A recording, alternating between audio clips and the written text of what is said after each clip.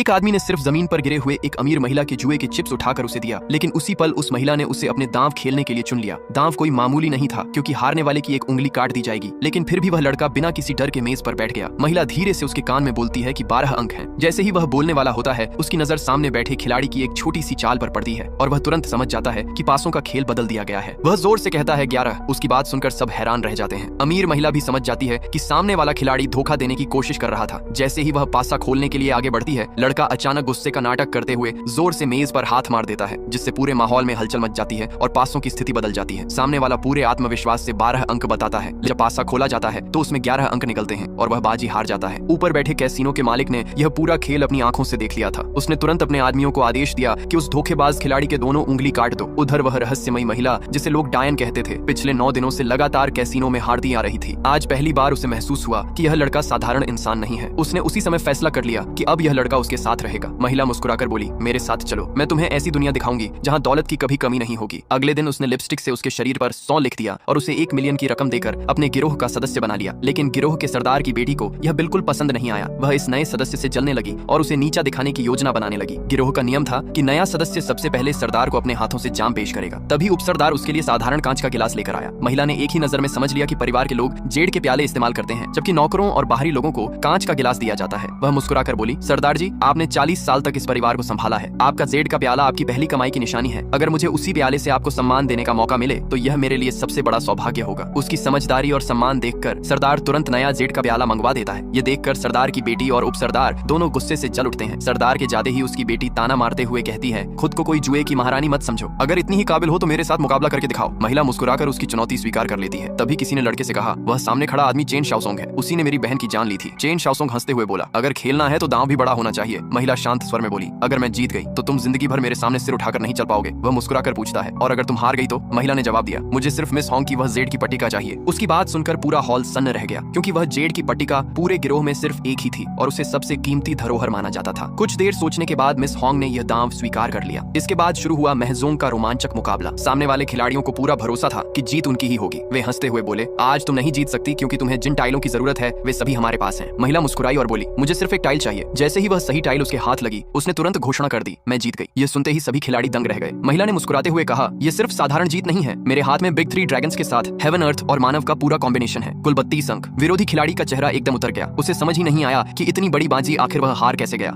इस फोटो के लिए लाइक, सब्सक्राइब।